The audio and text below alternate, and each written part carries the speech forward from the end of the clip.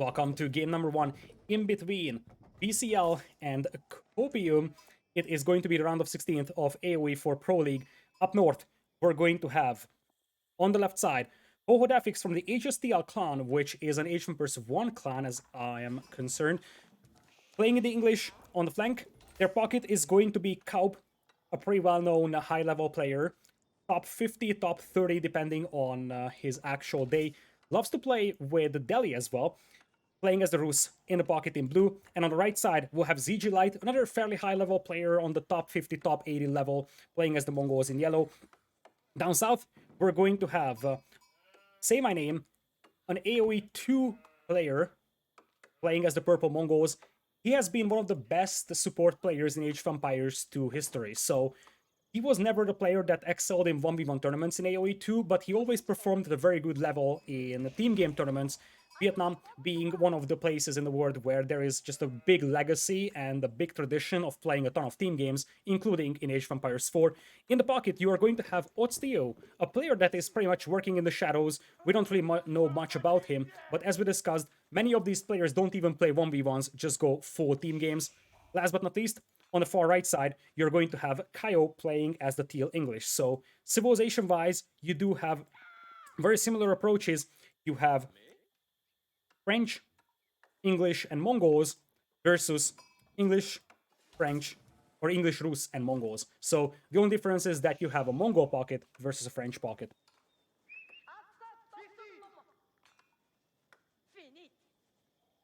So when it comes to this pocket lineup, obviously the biggest question is how much gold the Rus pocket is able to acquire, because technically speaking, nobody prevents him from picking up basically all the bounty on the map.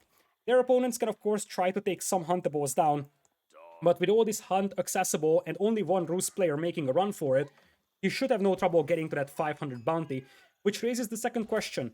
Is he going to play somewhat aggressive in Feudal Age with a couple of knights, or go fast castle knights, or go fast castle horse archers? There is a lot of options to go for with the Rus. Probably the most obvious choice is to go for fast castle horse archer play, but that requires one of your teammates to go for melee cavalry, which is a little interesting to look at, given the fact that you have an English teammate who is going to play longbows, and a Mongol teammate that has a stable, but he doesn't have knights accessible in Feudal Age, so he can only go for a lot of heavy cavalry starting Castle Age, with a couple of scouts out, or ZG Light, or they moving forward. Wouldn't be surprised to see him trying to hit the gold mine of one of the opponents, but Kaio, or they making the Council Hall off from gold. That should not really be a big thing out there. Indeed, bit of an explanation for those of you that are unfamiliar with the team games. By pocket, we always mean the player that's in between the two teammates, and technically the pocket should be a slightly safer position for the player to be in, whereas the flank is always the one that's right next to one enemy and next to one teammate as well. So technically flank positions are more exposed than pockets, although with the distance being fairly big in between teams, the difference between a pocket and a flank is not that great. We already have early horsemen coming in from ZG Light trying to burn down the Ovu of Say My Name. Say My Name's reaction will be swift, and he's got some scouts and horsemen chasing this down.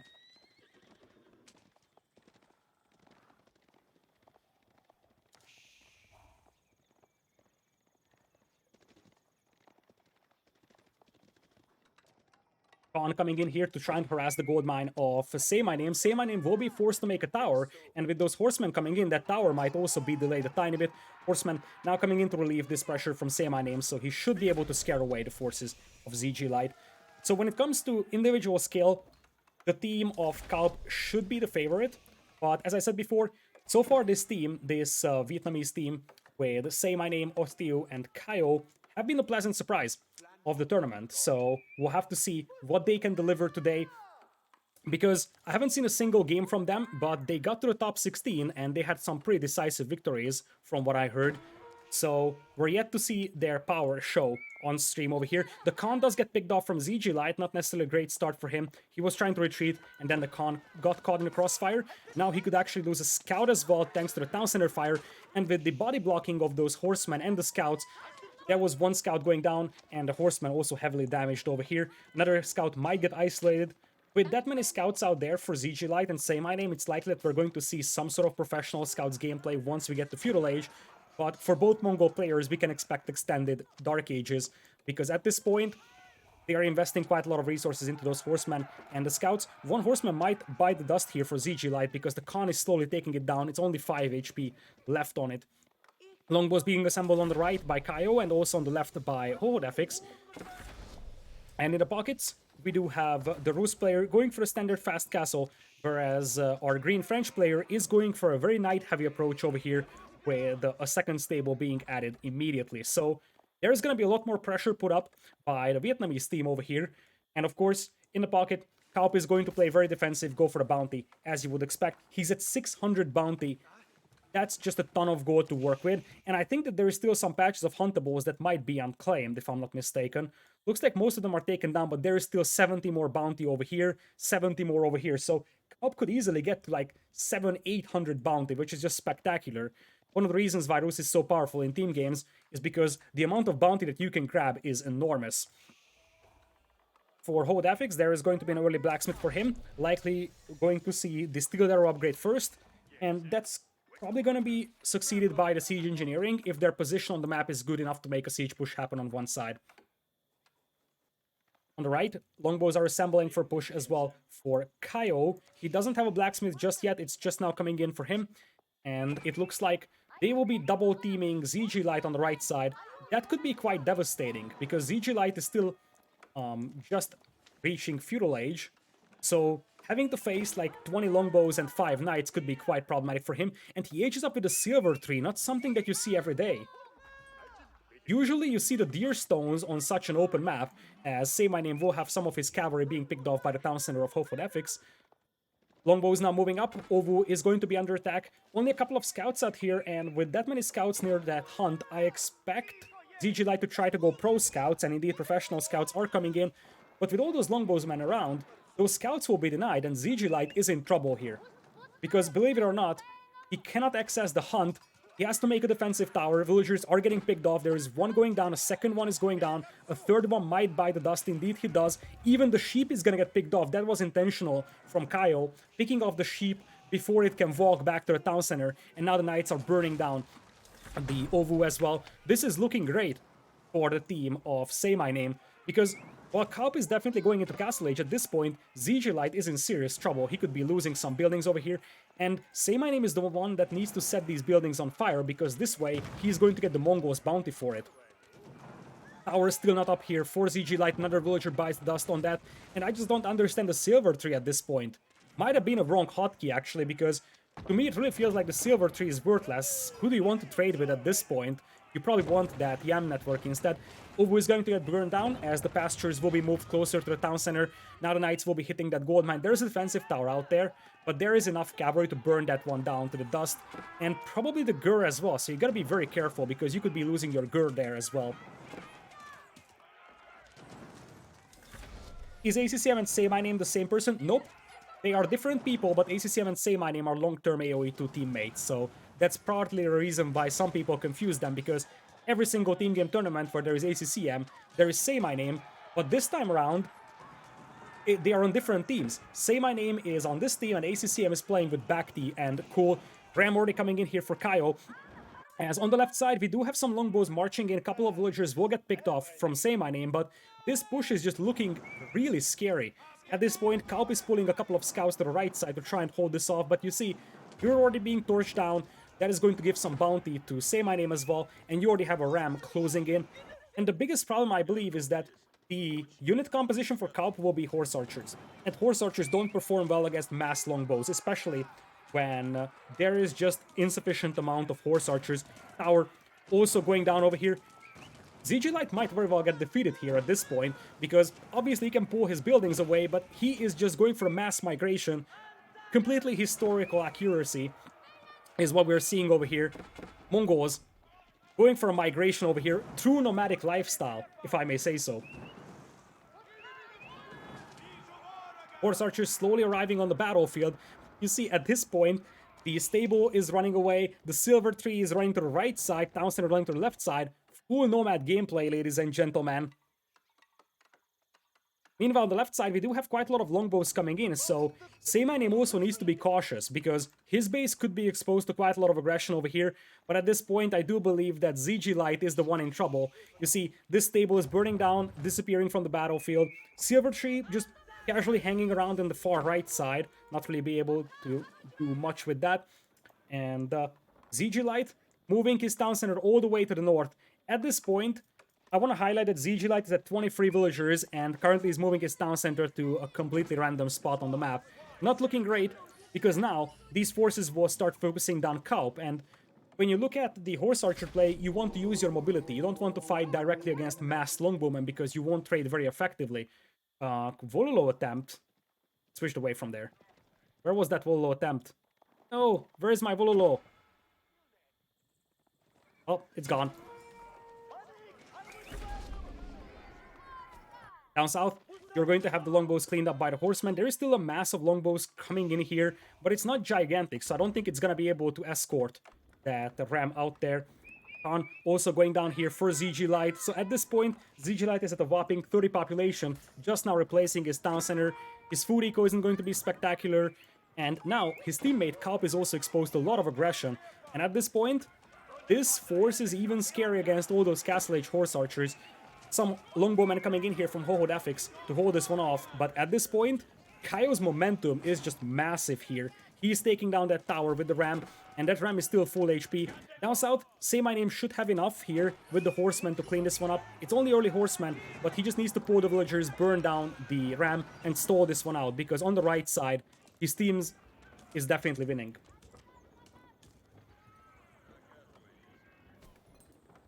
Look at the trickle of units coming in here from Kaio. All those longbowmen actually going back home, somewhat surprisingly. What's up with this? I think he just selected all his military and sending it back home, which is a little surprising because they definitely seem to have momentum pushing this one. They will give up on the ram and pull all his military back. I wonder if that was a wrong hotkey or what was the plan behind that complete regrouping attempt, because there's nothing that's threatening him back at home, so it's a little surprising. Say My Name still with just early horsemen. Those are not going to perform that well against the longbows because they are Dark Age units as opposed to Feudal Age units. Slowly but surely they will clean them up, but it's not going to be super cost effective. As you see, Say My Name losing a lot of cavalry over here. Say My Name is definitely on the back foot compared to Hohodafix, but Hohodafix is just going to have his entire eco smashed by the knights. That was the idea. You take all your knights that were so far pushing Kaup, and now you're going for a raid, and that's going to be a beautiful raid, taking down about 5-6 villagers. White Tower will be built here by Hohodafix though, so he knows exactly he's under pressure. He wants to go for the castle landmark. The biggest problem with the White Tower is that in team games, almost all the time you want to go for the King's Palace, because you want to be able to have a second town center working for you. That castle isn't going to do much for you. In 1v1s it allows you to make siege, it allows you to make cavalry, but that's way less impactful than it is in team games. So probably the fact that this White Tower is coming up is a good sign for Say My Name's team, because English much prefer to use the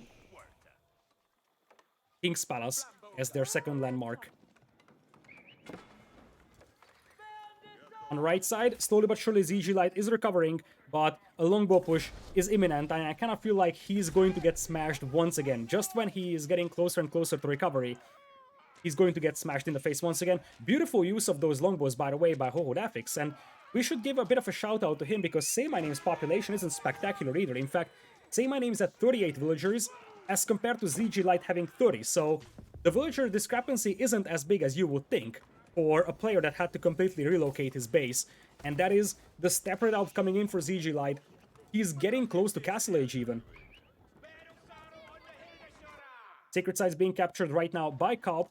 Kaup also has 2 relics under his control, as the knights are looking to make a switch to the right side, but they weren't here to support the longbowman, and this is going to be a kind of underwhelming fight here for Kaio.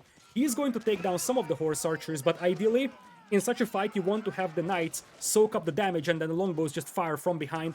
ZG Light just casually running past with a couple of carcasses. Still, most of the horse archers will be taken down, so Kaio doesn't have to be super disappointed about this fight because he reduced the amount of cav archers available on the field by quite a bit. Now, the knights could finish the job, just run in and start killing villagers. Or Kaup, looks like the charge is going to come in. Kaup reacts quite nicely, but he's still going to lose quite a lot of those horse archers to the knight charge. Those are only feudal age knights still, because Otstiu is still in feudal. But they're doing quite a lot of work over here against the horse archers. On the left side, you do have Say My Name slowly recovering, but so is ZG Light. And don't underestimate ZG Light just yet. Technically speaking, the right side is so barren that he could trade with that neutral market and no one would ever notice.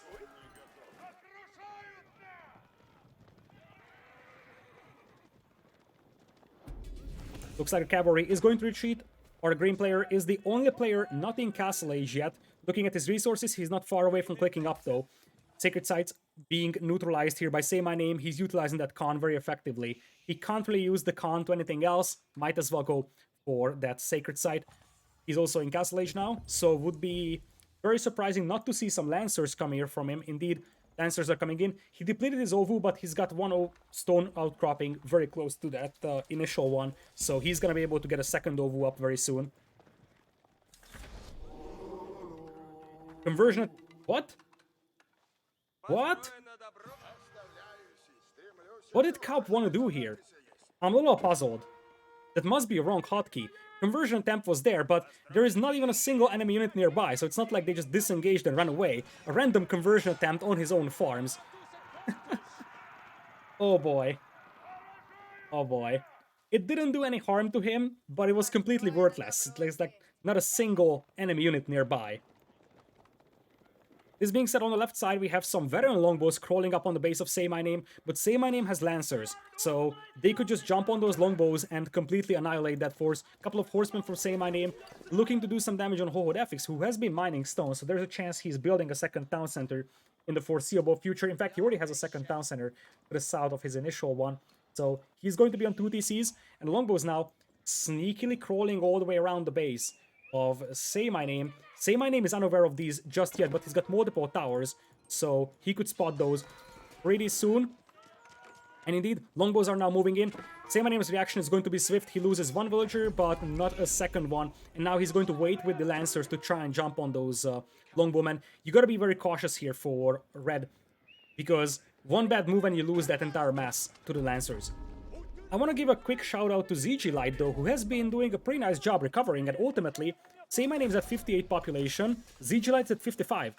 So, despite the fact that Say My Name never had to relocate his base, his population is basically identical to ZG Light, who had to do a complete mass migration.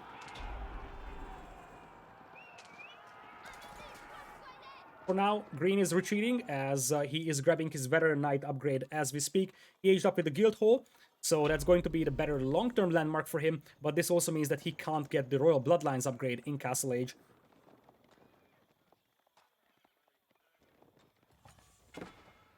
Up north, you're going to have a decent amount of Knight production working as well for ZG Light, so the Knight numbers for the two Mongol players should be pretty similar, but we have an increasing amount of Horse Archers here for Kaup, and that could be a big difference maker, I do believe. King spell us up for Kaio, so he aged up to Castle Age with the Town Center landmark as opposed to his opponent, but his opponent, Hohodefix, went for the second Town Center here, and now we're seeing Men-at-Arms being added, which is a bit of a surprising move, but I kind of like it. You can trade off against the Knights with your own Knights, at least to a certain extent. You do have a couple of Lancers for ZG Light, Horse Archers will be able to pick off some Knights, and the Men-at-Arms will perform quite nicely against these Archers, especially if you consider the fact that English Men-at-Arms also have access to the Clad Armor upgrade, which would give them quite a lot of melee armor, so they would not die that fast to the Knights. They would still lose to Knights, but they would be a perfect meat shield in front of Horse Archers. It's a little risky, I believe, but given the fact that they're on the back foot, it's something that I can justify, I would say. Second Town Center is in as well for Say My Name on that gold mine. He's right next to that Sacred Site out there. Sacred Site's positions are a little crazy. You have one in the middle and two in the far left, as things stand. And it looks like now Say My Name's team is pushing up in the middle. That's a scary force of Royal Knights. We're talking about 31 Royal Knights, supported by some Longbowmen and a couple of crossbows. I kind of like the crossbows because those help a ton picking off those Lancers from behind.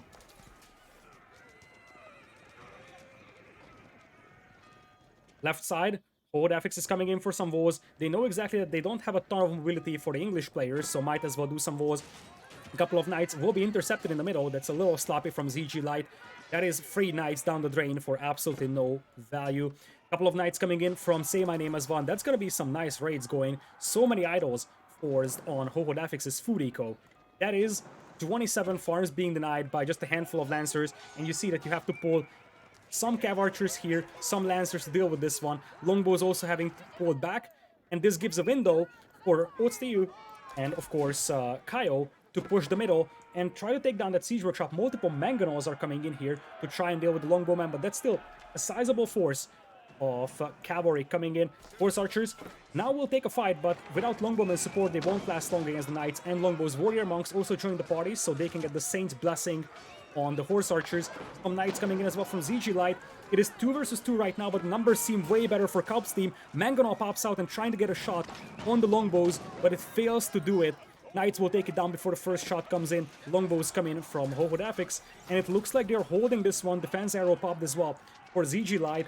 And as things stand, it's a 4 retreat for Say My Name's team. Now it's a 3v2 over here with a big mass of Longbowmen, a big mass of Horse Archers, and some Lancer support as well. From ZG Light, it looks like they will give up on Kaio's forces. And as things stand, Kaup's team will be able to repel this attack.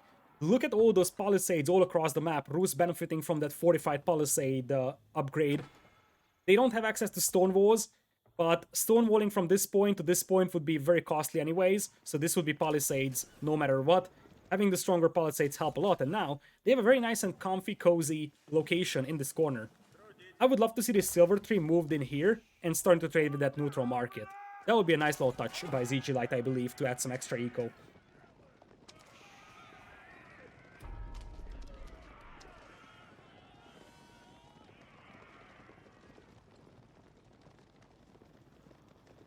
Coming in with the Horse Archers are Kaup's forces, and now suddenly the army is much larger for Kaup and his buddies. Quite a lot of crossbow on the field that will do well against the Lancers, but they will perform quite underwhelming against the Horse Archers. So you want mass Longbowmen over here for Kaio, I do believe.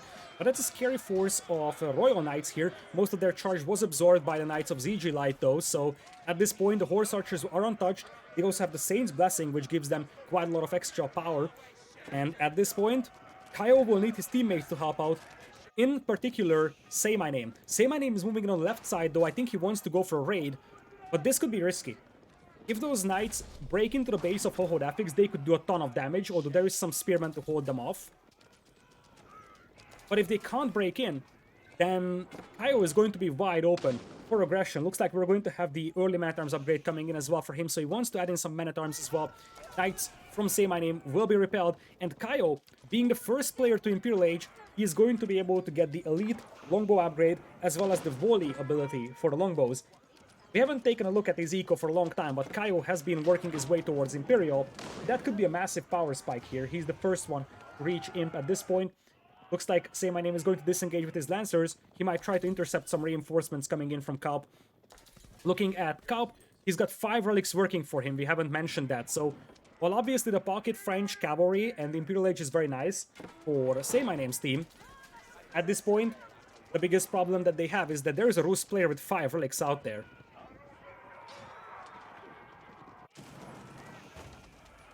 Longbows now slowly grinding down that barracks.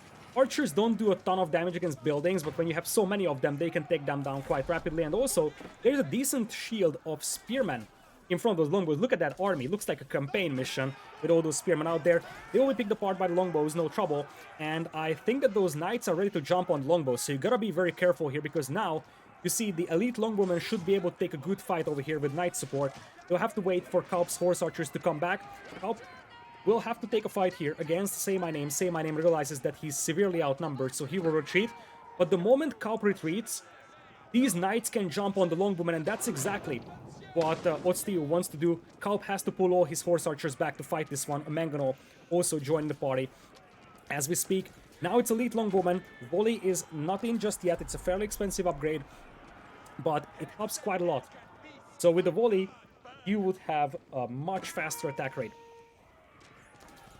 for your Longbows for a short amount of time. Horse Archers still in gigantic numbers, but Say My Name is up to Imperial. So now Say My Name's team has 2 players in Imp, which means that they have a considerable technology advantage. The White Stupa is the building of choice for Say My Name, and he is going to have pretty much infinite stone with that. Decent amount of Lancers out here, and with Imperial Age Lancers, they could force a fight right now. I think they need to wait a tiny bit for the upgrades, but this is how they want to use their tech advantage. Not a lot of spearmen in the party over here for Hohodafix, and we're in for a massive clash. Horse archers trying to keep the distance between the forces of Say My Name's team and themselves.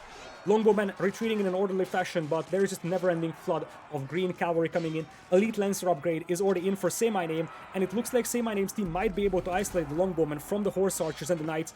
Yellow knights trying to isolate those green knights from the horse archers. Looks like the horse archers might get away with this one. Speed arrow is going to be popped by the Khan of Say My Name to try and pursue those horse archers. At this point, the armies of both sides are split. Spearmen coming in to reinforce from Hohodafix and repel that cavalry charge. So the longbowman mass does survive. So does the mass of horse archers. So ultimately, Say My Name's team isn't getting that much out of this fight, and Hohodafix himself is up to Imperial Age, so Elite Longbowman is going to be coming in for him soon. He also has the Berkshire Palace in the middle of the map, giving him a ton of map presence, and it looks like those horse archers are still doing a ton of work. Numbers getting better and better for Hohodafix as the horse archers just barely lose numbers. HP upgrade already in for Kaio, and he's doing an exceptional job controlling those units. Still, only 3 players in Imperial Age. ZG Light, Otstio, and Kaio are still stuck in castle.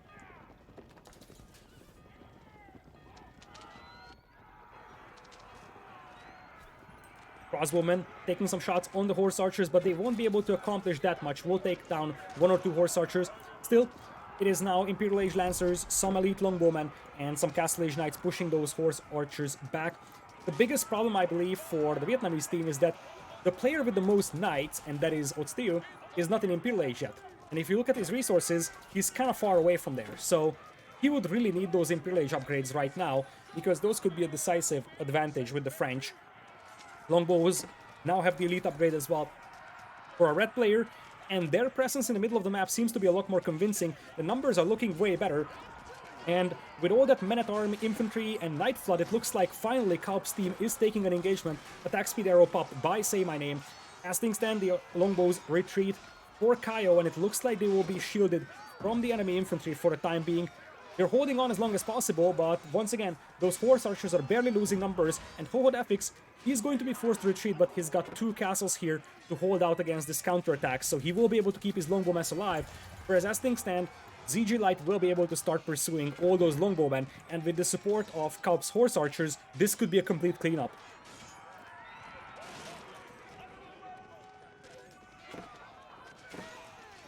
Horse archers now cleaning up all of the longbowmen out here. Knights actually not helping, which is a little surprising. ZG Light needs to do a little bit more of work when it comes to pursuit.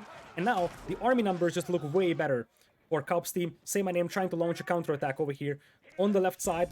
As things stand, we do have no sacred sites controlled by either of the teams. All of them are neutral.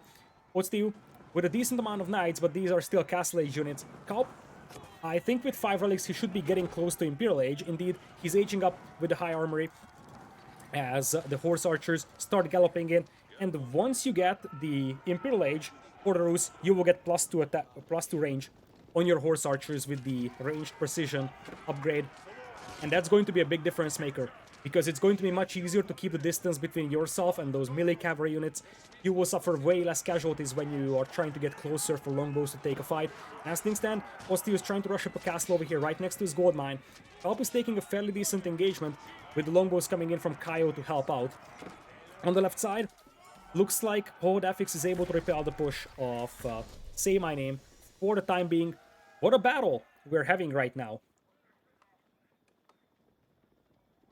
Imperial Age is in for Kaio as well. As I said, that's going to be a massive difference maker. He has 5 relics working for him, and he's got quite a lot of mangonels also joined the party. And this is where the gold efficiency of those horse archers will start coming into play. If the game goes long, the resource efficiency of the Rus army is just going to be spectacular. Otstio, he has gone up to Castle Age with the Guild Hall, decided to pull all the resources from it probably multiple times, so he's actually using that. I still believe that the Royal Institute would have been a better choice, simply because the Royal Bloodlines upgrade in Castle Age would have been massive, but he decided to go with the Guild Hall. Say My Name tried to take a good fight in the middle before the upgrades come in for Kaio, but it wasn't really possible. He was heavily outnumbered.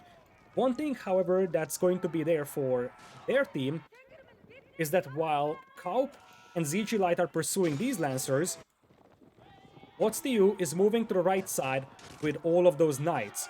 So there's a chance to break through this wall, and if they do that, ZG Light could lose 30 plus villagers on that gold mine.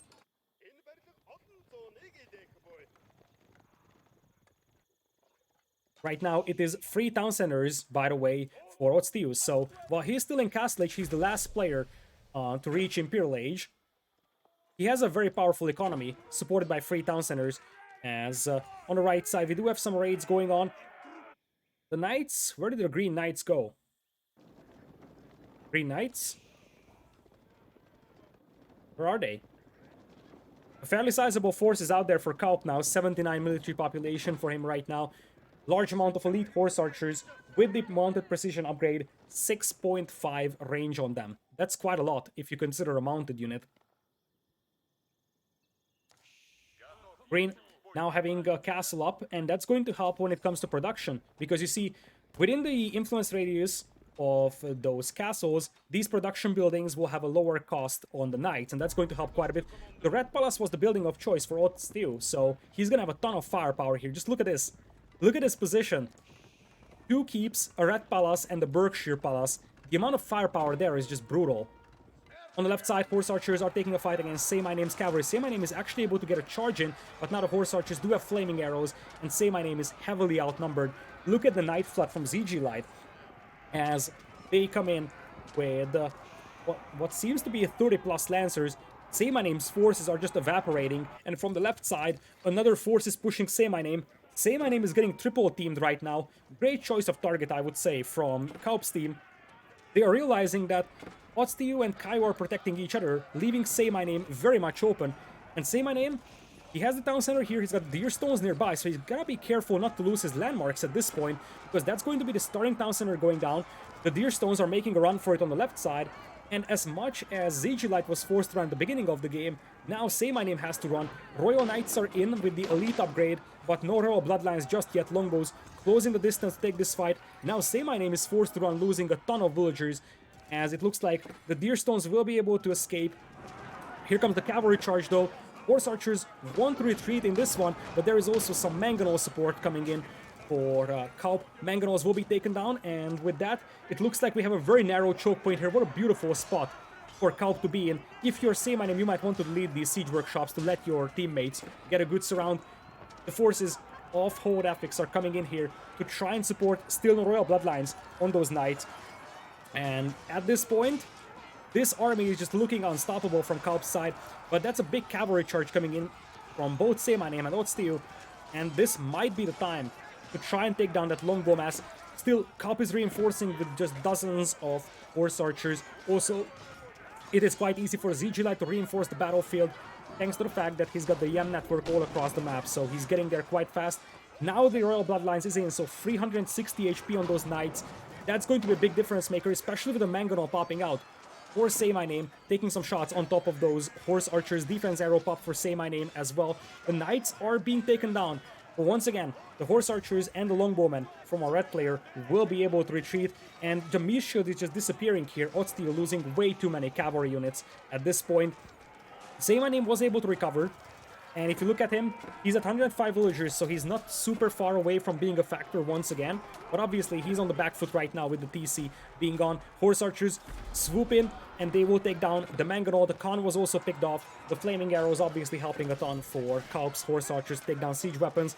Longbow numbers, just not enough here for Kaio. He's got like 20 longbows versus 40 and just dozens of horse archers.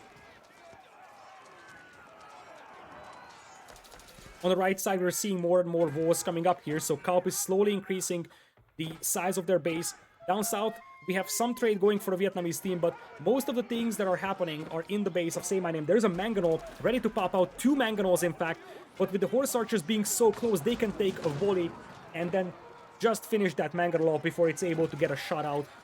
That was just such a good reaction from Kaup. And really the flaming arrows help a lot with that, being able to burn down those mangonels. There was 2 mangonels just taken down in a matter of seconds. And once again, the extra range on those horse archers do help a lot when it comes to sniping mangonels as well, because they don't need to get as close as they would normally have to if they want to snipe them. Same thing with these longbow snipes, you can just close distance very fast. Mangonels once again pop out. One of them will be intercepted, and the second one also gets taken down. Say My Name is heavily on the back foot right now. So unless there is a massive force from his teammates assembling here to help him out, he's in trouble.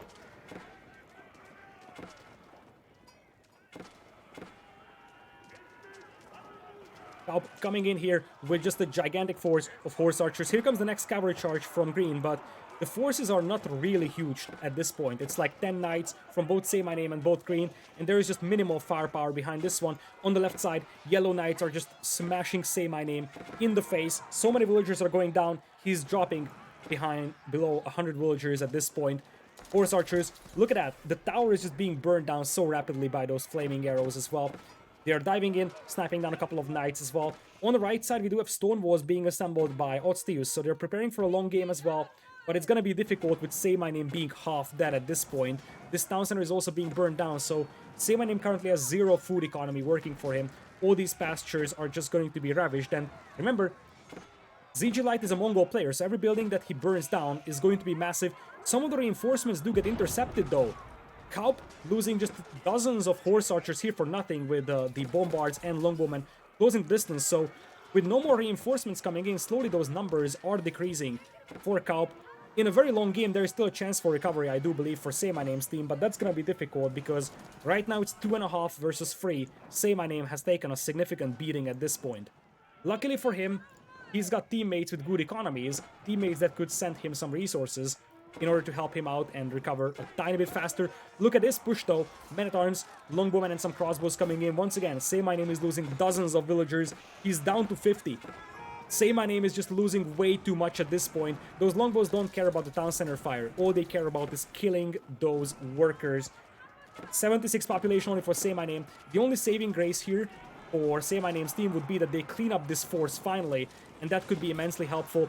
Longbows will be surrounded by knights, deploy the playlings, but with so many longbows helping out, this is gonna be a cleanup. But now, you are basically playing a 2 versus 3, because Say My Name is not gonna be a factor for a long time. They just have no map control. Look at this absolute slaughter, all the pastures gone. With that, both affixes forces are getting cleaned up. On the right side, stone walls are coming in for Ro16, so they're fortifying the right side, they're preparing for a long game, but still, Say My Name is just so exposed over here. He has to make a complete recovery at this point. On the left side, the Steppe Redopt is also under attack. It's probably gonna get burnt down as well. A random town center on the far left side is out for Ro16. Not a ton of trade going for either of the teams at this point. There is still some mineable gold left. Speaking of trade, the team that's gonna have to trade earlier is probably Say My Name's one, because their pocket is using a lot of very gold-heavy knights, whereas on the other side, ZG Light's team is mostly using horse archers for the pocket. Speaking of horse archers, now we're seeing some Mangudai hit the field, which will perform in a quite decent fashion if you have some sort of meat shield in front. Like the infantry, for example, from Howard Epics, Mangudai trying to close distance to the Mangonels. You see, they don't want to get those Mangonels taking shots. So many dead carcasses even for Say My Name here. Just an absolute chaos inside his base. Mangonel still trying to get some good shots in, and with the knights in front, they might be able to. They do get one volley out, and that's going to decimate those infantry numbers. Still, infantry break through lines, and they're slowly grinding down those Mangonels. Mangudai come back and also get some nice flaming arrows in. A couple of archers will fall to the Mangonels, but ultimately, this feels like a slaughter with the Mangudai, the Longbowman, just absolutely annihilating the economy of Say My Name. He's pretty much dead. So at this point, this turns into a 2 versus 3, and I don't think that the other two players have the momentum on the other side to win this. The castle on the middle is going to be denied. Kaup is taking the sacred site, so they will start going for the sacred site victory at this point, knowing that that would force their opponents to make a move. Decent amount of longbowmen in here for Kaio still, and we got some bombards going as well, but the bombards won't perform that well against units. They're meant to be an anti-building thing. Another castle gets denied from green, and that is just growing in pain more and more. Kaup's horse archer numbers are spectacular. He is at 91 horse archers, and he's splitting them into multiple groups. Just has a map presence everywhere, on the right side, in the middle, and he's able to raid green now. Green is cornered within his base, which means he can't help out on Say My Name's side, and if there's no help for Say My Name, he's going to have a very tough time. Kaup takes all sacred sites, so from this point on, 10 minutes is given to Say My Name's team to neutralize at least one of them. But at this point, I don't think that's going to come down to it. And seeing just pure horsemen is a very bad sign for a French pocket. Because now, Say My Name's team is out of gold. And that's a serious problem at this point, because you see Kaup is basically not consuming any gold. So he can just go for horse archers all day, all night. That's the biggest problem with the French pocket cavalry play. If the game goes long and you don't have traits set up, you will not be able to maintain that constant flood of knights, and that's exactly what we're seeing. Kaup retreating into these nice choke points formed by the pastures. As a collateral damage, he's also taking down quite a lot of villagers. At this point, he knows exactly that his opponent is running low on gold because he saw the horsemen. On the right side, we also have some nice cleaning up the cav archers, but slowly but surely, Kaup's team is grinding this one down. At Say My Name's base, Kaup is making a tiny bit of progress with his horse archers, supported by Holodafix's longbowmen and men-at-arms. Most of these are longbows for Kaio, so the men-at-arms will do quite a lot of damage over here, as we do have the men-at-arms jumping on the cannon. Cannon will try to retreat, the horse archers could intercept them. Men-at-arms not really caring about the longbows even, they just want to go for the cannon, and that's exactly what they're doing. Those are very, very expensive to go for. 141 eco for ZG Light. He's got just a gigantic eco. He's probably sending some resources to his teammates as well at this point, because there's no way he's spending all of that. 9,000 food in the bank, 4,000 gold. Most of the longbows are getting cleaned up here by Kaio. And ultimately, Say My Name is just down to 41 population. It's basically a 2 versus 3 in a situation where the French player is running out of gold, and the English player is at best even with the opponent's English player. You have the enclosures, of course, working for Holodafix. You should have the enclosures working as well for Kaio, and indeed that's the case. Say My Name's base is just going to be absolutely annihilated. In fact, he needs to be careful not to lose all his landmarks, because if he does, then there is just an automatic defeat. Still, fairly sizable force of knights here for Ostiu. He's got some horsemen mixed in as well, now with veteran upgrade. But I really feel like, at this point, that big mass of horse archers is just next to impossible to defeat with melee cavalry. They can always retreat. The map control is always there for Kaup's team, and there is a Sacred Site countdown going down behind this one. And what's more important is that a 5 relic Rus player is still in there, which actually now is 6 relics. So, once we take a look at the overall gold income for Kaup, you're going to be very, very surprised about these numbers. Well, you won't be surprised, but you'll be amazed more likely. This is actually a pretty nice fight here. 4 odds to use melee cavalry, in fact a bit of a miss micro by Kaup, losing quite a lot of horse archers to the melee cav, but he knows exactly that losing all those knights is much more problematic for Green than it is to lose some of the horsemen that he has. So he's focusing on knights at this point, and he knows exactly that losing the horse archers is not the end of the world over here. He needs to grind down Green's army. Now Green is also at 74 population. Say My Name and Green combine for what is only 110 population, and with that, Say My Name and Otstiu already resigned. The only player in the game still is Kaio, and I would expect him to tap out as well. What a comeback, because this was a crazy comeback. ZG Light pretty much lost his entire base in game number 1. And, oh, come on! Come on, ZG Light! I really feel like he thought it was a personal thing to have his entire base annihilated. Because not only are they smashing their opponents in the face, not only do they have all sacred sites, ZG Light was making a wonder. Was that wonder needed? Absolutely not, but he had such a big eco that he could afford that wonder, and in the end, ZG Light's team make a comeback over here. He had to reboom from scratch. But shout out to Holodafix, who was able to do quite a lot of damage to Say My Name at the beginning, and the villager counts weren't that different. Just look at this. If you compare the villager counts between our yellow player and our purple player, this is what you see. ZG Light is a player that has basically had to relocate his entire base. Say My Name is a player that was in the same position the whole time. And you see, Say My Name was losing villagers mostly to red. And because of that, the villager count wasn't that different, despite the fact that ZG Light had to completely relocate his base, and by the end of the game, he got up to like 140. When it comes to villagers, 147 to be precise. Economies, looking at ZG Light, 62,000 food, 61,000 for Kaup, 60,000 for Holodafix, way better than what Say My Name's team had. Say My Name's team had 37,000, 44, and 45,000. Gold income for Kaup only 21,000, but he probably barely mined any gold, so there is no major surprise about that one. KD 660 kills for the Horse Archers, 442 for Kaup. ZG Light with a perfect 1.0, 270 kills, 27 losses, with perfectly balanced as all things should be. So really nice recovery from him.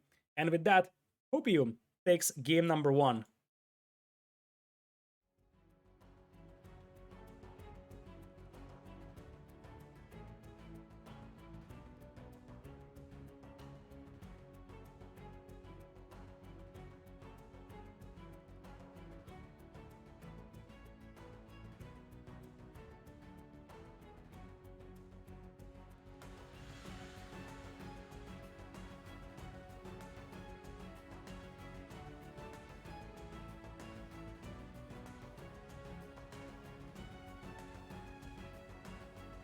Game number 2 coming in very soon. Let's take a look at the map and the civilizations. We do have a couple of moments to make a decision, and it looks like Say My Name's team wants to go for an open map. We do have high view for Say My Name. So open map it is once again, and looking at the civilizations, we do not have the civilization picks in just yet. So we'll take a short break here, and when we come back, we'll take a look at the civilizations on high view. Game number 2 is just now coming in.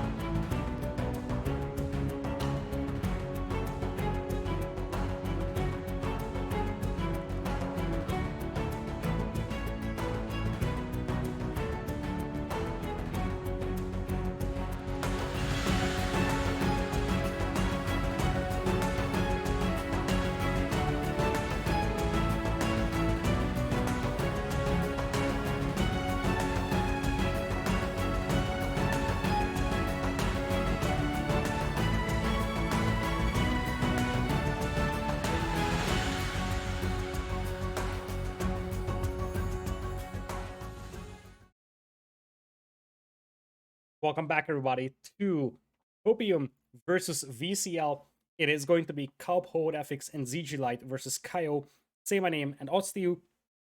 We are going to the home map of VCL, which is going to be Highview. So they're picking an open map here, but the civilizations are somewhat unconventional because, ladies and gentlemen, as you might see on the screen, we will have Kaup playing as the Abbasid dynasty, ZG Light playing as the French. That's standard, I would say. But Hohodafix is going to pick the Delhi. The Delhi in the house on a map that's not Danube River. I'm really curious to see what Hohodafix has on his mind with that. We have Kaio playing with the Rus here. Osti is going to play Chinese, which is also a somewhat interesting choice on what is an otherwise quite open map. And Say My Name is also going to pick Abbasid. So very, very different approaches for the two teams over here. Rus is likely your horse archer civilization here, but I'm curious to see how the Chinese will be utilized, because one thing that you need for a good Fire Lancer play is being able to boom untouched for like 10-15 minutes, I would say. 10 at minimum. But on an open map like this one, that's going to be difficult to pull off, so there's a lot of question marks right now. But ladies and gentlemen, the biggest question, of course, is Delhi. How are you going to utilize Delhi here on Highview? I'm really curious what Hohodafix has on his mind.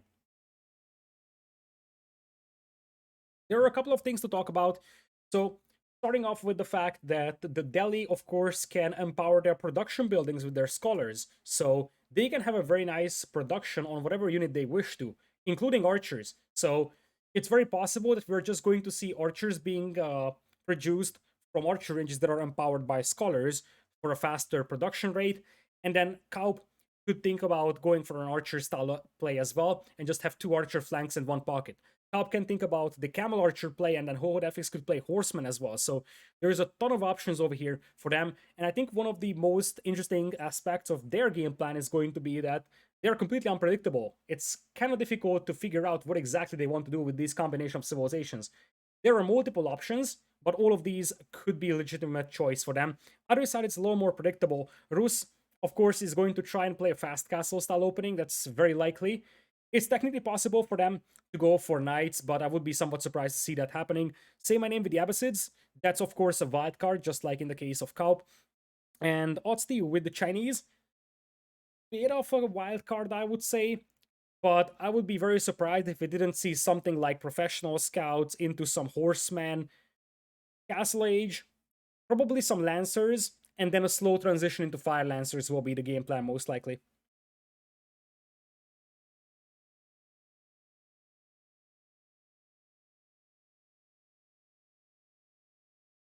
It is also worthwhile to note that, of course, the Delhi can produce defensive buildings with their infantry. So it is going to be rather easy for Hohodafix to go for some walls around his base if they want to play a slow game. Now, do you want to play a slow game here? Heck no, because you are up against the Chinese players. So you are most likely going to try and avoid playing a long game here.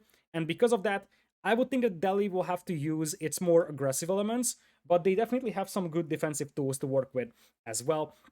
Only 16 seconds remaining from the countdown as we'll jump into game number 2. COPIUM, Alp, Hohodafix, and ZG Light are currently leading. They do have red, blue, and yellow colors. And on the other side, we'll have green, purple, and teal. Welcome to game number 2. On the southeastern side of the map, we will have a Kaup playing as the Abbasids in the pocket in blue. That's a little surprising. Usually you see the Rus player being the pocket when you have an Abbasid player on the roster as well. Delhi flank is going to be there for Hohodafix in red on the left. And on the right side, you will have ZG Light playing as the yellow French to the left. Osti with the Chinese in teal. The pocket is going to be the Rus player in green. And we will have Say My Name playing as the Abbasids up north. So Abbasid pocket versus Abbasid flank, that's one of the major differences. And of course, the other difference is that you're going to have Rus pocket green, whereas on the other side, I said it's going to be an Abbasid pocket. French playing flank, somewhat unconventional. Not exactly sure if what is the game plan here for ZG Light's team. ZG Light was the flank in the previous game, and Kaup was the pocket. And I would expect Kaup to play Camel Archers now that he's in the pocket. he has been pretty decent with the horse archers. Playing Abbasid Pocket for him, I think all signs point towards him trying to go for a camel archer play, and then just have knights from the flank. And as I said, your wildcard is going to be the Delhi player. Now, looking at Hohodefix, he is going to be on the berries, which is definitely a nice start with the Delhi Sultanate. You do have a very nice berry gathering bonus. Plus, a side effect is the fact that you can start researching wheelbarrow right at the beginning. He hasn't clicked that button, but he definitely should, unless he wants to go for something cheesier and wants to wait for the feudal age upgrades to be ready. Because there's a chance that he isn't researching anything right now because he wants to wait for something like Pro Scouts. Interesting option, but we have seen some Delhi builds where professional scouts can be acquired pretty fast. Looks like he's opening with the wheelbarrow for the time being, which I think is the right choice. You can start researching it right at the beginning, so it doesn't hurt to start doing it. On the left side, you do have Otstiu with a supervised mill.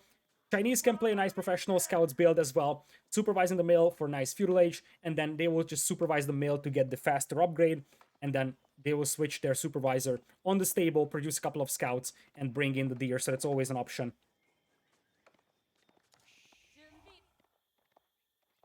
Looking at the bounty collected by Kaio, that's going to be a massive factor to take a look at. Kaio is in the possession of 230 bounty right now. That's a pretty decent start for him. On Highview, you have a ton of wolves to take down as well. So with only one Roos player out there, this could easily be 5, 6, 7, maybe even 800 bounty at this point for Kaio, because basically no one is contesting those patches of huntables. There's a ton of neutral wolves to bump into as well. So it's very easy to get the good amount of bounty here. And it looks like Otstiu is coming forward. What is the plan? Please don't tell me it's a forward Barbican of the Sun. It's possible that's the idea. Only one villager is a little crazy, but we have seen approaches like that, trying to go for a tower rush with the Barbican of the Sun, pretty much. Remember that this villager is pretty difficult to spot because it is walking through stealth forest, so it is much more difficult to intercept it than in the case of, let's say, Arabia. Alternative is just a forward barracks at this point, and no, it's a tower. Okay. One thing I don't understand is why the Chinese player is doing this. Because I would have expected something like this maybe from the Abbasids. I'm perfectly fine with that, but I would have expected the Chinese to focus a little bit more on the economy and less on the aggression, simply because the Chinese want to get to those Fire Lancers as fast as possible. Beautiful tower position, by the way, as Hohodefix has no idea about that tower coming up, and that's going to deny his gold mine. Does he have enough gold for Feudal Age? Uh-oh. Okay, he has. For a moment, I thought that he wasn't aging up, but nope. He's on the way to Feudal Age, and lack of gold isn't going to hurt him that much because he doesn't really want to make gold units in Feudal Age anyways, and his technologies don't cost gold. So the only reason why gold could be a troublesome factor for him is because he needs to make a couple of scholars. He has enough gold for one scholar, and he's missing 3 for a second one. So he's gonna have to mine a tiny bit of gold, but he's got a backup gold mine, send out one villager, get her free stone, and you should have enough gold to fully stack up the scholars in that mosque. Archer range right now coming in. Scouts are still pretty active over here for Otstiu. Looks like he is thinking about retreat. Now a forward barracks is coming in. He changes his mind. Let's see if he's going to get it closer to the battlefield. Nope. Instead, he's replacing a tower. Changes his mind once again. I feel like our teal player is a little indecisive over here at this point, as he's going to retreat to the tower for safety. Looking at Kaio, he's at 500 bounty already, so he managed to grab all the necessary amount of bounty at this point. And for Hohodefix, once again, losing that gold mine is going to slow down his scholar production a tiny bit, because ideally you would be producing your 3rd scholar right now, but the Dome of Fate takes some time to produce scholars, so the effect of this gold mine being denied is not going to be imminent. So instead, you want to send out a couple of villagers, and you should be able to compensate for that nice and easy. I don't think it's that big of a delay here for Hohodefix. On the right side, we got some knights coming in here for ZG Light. He does have a mill, and he's grabbing professional scouts, so I expect him to have some scouts on the field ready to swoop up the hunt. And professional scouts is likely going to be the game plan as well for Kaio. Looks like we'll have some hand cannon slits as well coming in for that tower. So the tower is going to be fortified to try and fight off any kind of aggression that is willing to destroy it. It's all about denying that gold mine at this point and delaying the Delhi player, but as you would expect, you would have the gold vein at the back for Holodafix. So it's not like his gold income is that heavily delayed. He could start making that next scholar right now. He was delayed a tiny bit, but I don't think that the damage that was caused was massive. And our archer might be able to pick that villager off. A couple of scouts here still active for Otstiu. He's trying to get some more towers up here to try and deny the berries as well. And keep in mind that behind this one, he's got a Barbican of the Sun and he's got a second town center coming with that stone mine. I kind of like this approach, as we do have, oh boy, the Stone Walls of Doom coming in. We have seen that in previous stats, that Stone Walls could be just so devastating for a tower rush. It's not gonna be archers residing on top of those walls. Instead, it's gonna be just ballista towers. That's the game plan here for Otstiu. And this is probably the reason why he's mining stone, but it's not impossible he will play 2 TCs. And the game plan here is pretty simple. If you are the aggressor, your economy wasn't get pushed. So, guess what? Untouched economy means that you can slowly progress towards Fire Lancers, as you would expect. So this will pretty much be tower rush into Fire Lancers in all certainty. Behind this one, Kaio has had an untouched economy. We have a couple of knights coming in from ZG Light, but those are doing minimal damage. And a 2 DC boom is there for Say My Name, so they are really leveraging the fact that their opponents aren't playing super aggressive at this point. And because of that, you can have a fast castle untouched for Kaio and the 2 TC boom from Say My Name.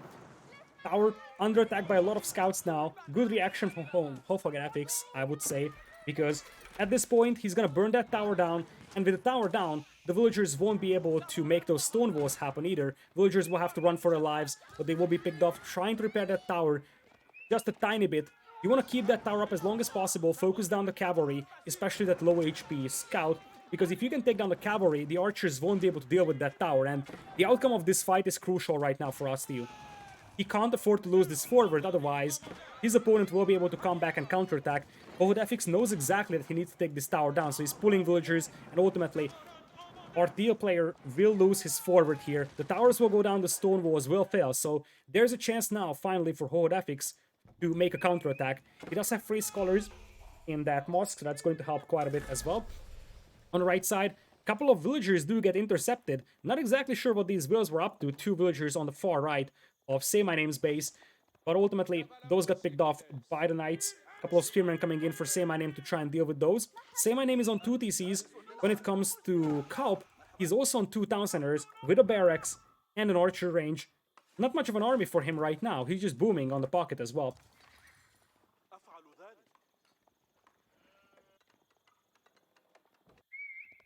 Looks like Holodafix is sending 1 scout forward, see what his opponent is up to. Otstiu is going up to Castle Edge first with the clock tower, still playing 1 TC.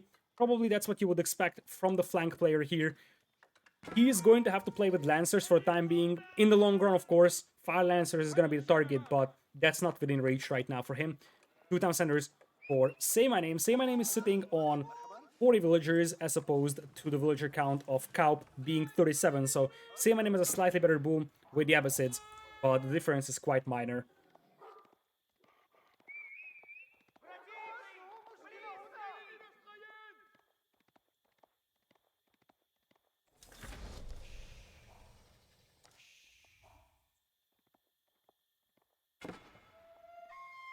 Some minor attack notifications coming in here, most of those being wolves facing villagers, or wolves attacking some combat units, and Holodafix has a scout carrying a carcass.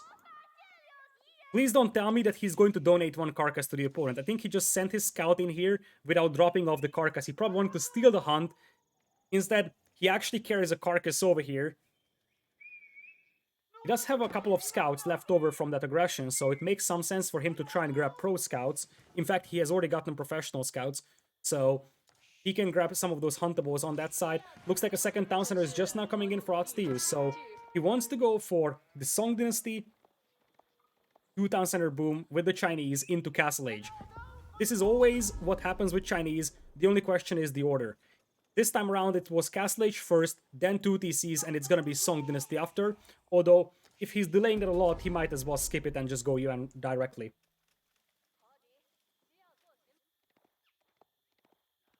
Looks like the scout is back, so he's going to bring back the carcasses. Compound defender coming in here for Hoodafix, so his infantry will now be able to make stone fortifications in what otherwise is a very, very peaceful and slow game. Minimal casualties. If you take a look at this, Hotsteel has 7 kills, 3 losses, most of those to a tower. Rest of the players, minimal casualties. In an 11-minute long game, that's somewhat uncharacteristic, especially on such an open map. Both sides are playing a very, very passive game, but that probably helps the Rus player, because the Rus will love to be in a situation where he's not pushed, he's allowed to gather all the relics, he's allowed to build up his horse archer numbers, and of course, those will be supported by an Abbasid player that is booming on 2 TCs. The other side is also going to have an Abbasid player with 2 town centers, but a Delhi player that we still haven't really seen that much from, and a French player with 1 town center going up with the guild hall for ZG Light. 2 town centers right now working for Otstiu. There are still 3 players in Field Age, ZG Light, Say My Name, and Kaup. Looking at their resources for a brief moment, Kaup is probably going to click up very soon. He's still mining some stone. Kaio is up to Castle Age already. Say My Name, looking at his base, he is just reaching Castle Age. ZG Light is almost ready as well. So everybody in Castle Age in the next couple of moments here.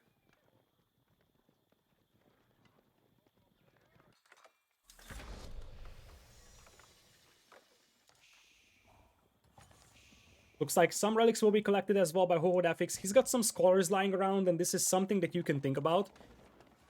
Having the chance to make a dozen of scholars throughout the game helps a lot when it comes to gathering relics early game, because you will just have so many of them that you can send 3-4 out to collect relics. Even if you lose 1 or 2 of them, you're almost guaranteed to grab 1 or 2 relics, and at this point, being able to pick up 2 relics is pretty valuable, I would say, because you're denying those from the opponent's Rus player. Currently, it's only 2 relics for Kaio, who's also going for a 2nd town center. This game is just disturbingly passive for what is otherwise a very open map. This is wide open, and the players just pretend that there is just no army on the battlefield, and honestly, there isn't really any army on the battlefield, indeed, and it is just a matter of booming, both from the pockets and even to a certain extent from the flanks. Kaio still ferrying in some deer for himself. Looking at Kaio real quickly, you do have 545 gold in the bounty, so that is definitely something to be happy about. I think there are still some patches of deer that haven't been touched, so he could get up to like 700 without problems. And boy, oh boy, here come the Delhi. Here come the Delhi elephants. I did not think that we were going to see elephants in an open map team game scenario. Also fairly sizable force of knights from ZG Light attempted, so at this point, the army numbers are looking quite decent for Kaup's team. Mangonel is also being assembled. That is because there is already a push coming in from Say My Name's team. Some spearmen assuming about 15 or so. Yeah, 13 spearmen coming in here. We also have 24 horse archers from Kaio, and they're burning down that school of cavalry already. Now, ZG Light has a fairly sizable force of knights over here, and with some mangonels coming in, I don't think that he needs to sweat about this one too much. But you gotta be very careful about this one. Looks like the scouts will exchange some shots in the middle as the school of cavalry does get burnt down. Stable now exposed to the battering rams. Battering rams slowly grinding down the building. Losing the school of cavalry is not the end of the word, but losing that stable hurts because you're going to have to completely rebuild it. Whereas for a school of cavalry, you're going to be able to repair it, and this stable goes down before the final knight would pop out of it. Still, ZG Light is playing this one patiently, and I kind of like that. You want to wait until all of your forces are here. Some springolds on the battlefield as well for Say My Name to try and knock out all siege weapons that are getting close. And soon, you're going to need your teammates over here because ZG Light is under a lot of pressure. He's already lost 1 landmark, his 2nd landmark, the town center, is under attack, and there's the guild hall. I kind of feel like they can no longer wait for the forces of Hoodafix to arrive, so they'll have to fight this 3v2. Some elephants and crossbows will probably make their way towards the base of Otstiu, but the big fight is going to happen in here, and if Kaup's team loses this, it is going to be game over for them. Mangonel's getting some beautiful shots in though, and that is going to be a ton of HP lost for Kaio's horse archers. Mangonel's still around. You gotta be very careful when you're microing against all those springolds, because just a volley from the springolds will wipe out the Mangonels. If the springolds are gone though, The Mangonels can wipe out all those horse archers, villagers being pulled to push away the rams, knights trying to charge in over here, archers trying to support, picking off the spearmen. Many of the cavalry fall to the spearmen of the Abbasids though, especially if you have phalanx. The range on those help quite a bit, getting the kills on those knights, and the spearmen are just decimating the knight numbers. Springolds are still alive, and with those Springolds around, the Mangonels will be picked off. The army numbers are just looking way better for Say My Name's team, and the momentum is just gigantic. We see some Fire Lancers being mixed in by odds-to-you, minimal numbers, but even just a handful of Fire Lancers can help sniping buildings, can help sniping siege weapons, and at this point, the Chinese and Rus combination is looking strong over here. The first couple of Fire Lancers are hitting the field, and the biggest problem right now for Hohodefix is that his army is just disturbingly slow. Elephants being super slow. We don't know if this was the initial game plan or he just adjusted his game plan based on the civilizations or the situation, but I kind of feel like elephants is a terrible idea for such an open map, and you see why. It just takes so much time to get there. Maybe they were expecting him to get pushed, but nice choice of target for Say My Name's team, because they knew exactly that they have to attack the other flank, the one that's furthest away from Delhi, because Delhi is gonna take some time to get there, and the Fire Lance is already burning on the final landmark from ZG Light. When that happens, he's going to be out of the game. So this is an now or never for ZG Light, but does he have enough to fight this one? Absolutely not. Way too many spearmen out there. We got some lancers coming in as well from Kaup. Couple of Mangonels, but at this point, as I said, you just gotta try to burn that building down, and that's basically it. Villagers are being scrambled to defend, but look at that absolute beautiful sandwich. In between the horse archers and the spearmen are the knights, and we even have some Fire Lancers diving in here. Springolds also joined the fun. ZG Light is going to be defeated here because he loses all three of his landmarks, and with that, his team is most likely gonna get taken down here in the high view game. Decisive win, I would say, for Say My Name's team. They started it out with a tower rush from odds-to-you on Hohodefix that slowed him down quite a bit. Ultimately, this comes down to the fact, though, that Delhi maybe not as suitable for an open map scenario as Kaup's team anticipated, because this was a quite decisive victory. The Fire Lancers, the Horse Archers, and then, of course, the Abbasid infantry as well from Say My Name formed a very nice combination and ultimately has taken down ZG Light. And of course, the biggest problem, as I said, is that with a Delhi, it takes so much time to get your army numbers up. Once you have those up, it's very nice, and you see they were steadily increasing for Hohodefix, but they were nowhere to be found on the battlefield. For the army population is just nowhere, simply because this army is so slow that by the time it gets to the battlefield, the battle is already over, and that's exactly what we saw. Ultimately, 13,000 food for Kaio. Looking at the gold counts, Say My Name with 6,800, quite a bit of a gold gathered out there. Only 3,500 for odds-to-you. He really was just booming with the Chinese at this point. He barely was mining any gold, mostly food and wood, and of course, some stone gathered.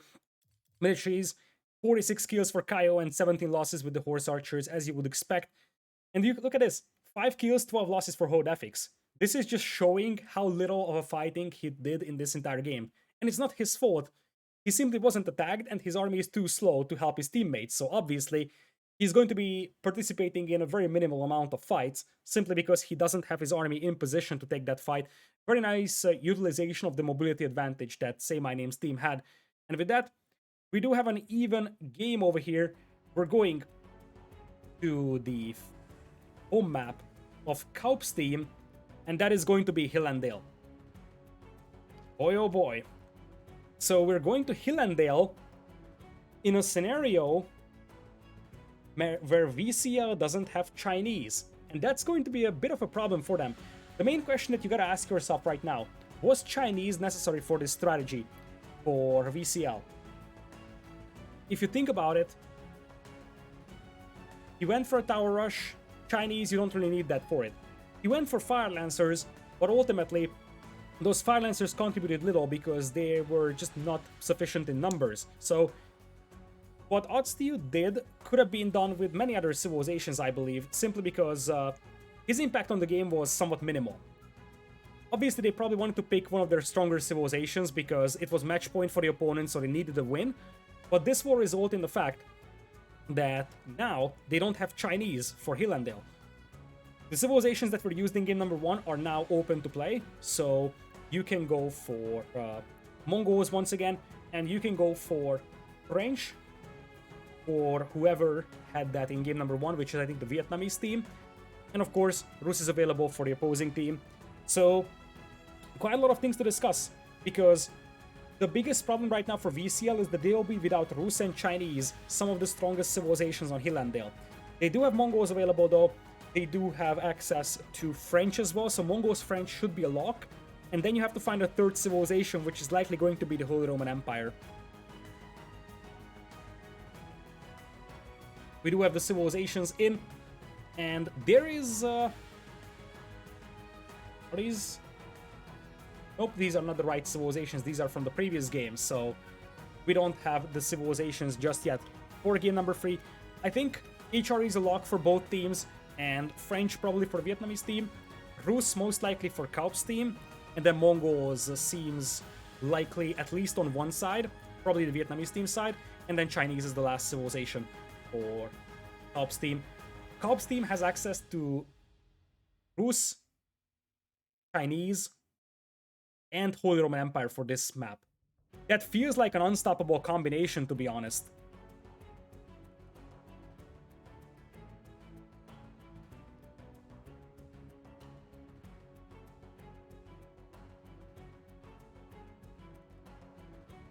Okay, it looks like we don't have the draft just yet. The players took a couple of moments of break, so we will do the exact same thing. Grab yourself some refreshments, because game number 3 is coming in a matter of moments. Grab yourself a snack, grab yourself a drink, because we're continuing with game number 3 in a matter of minutes.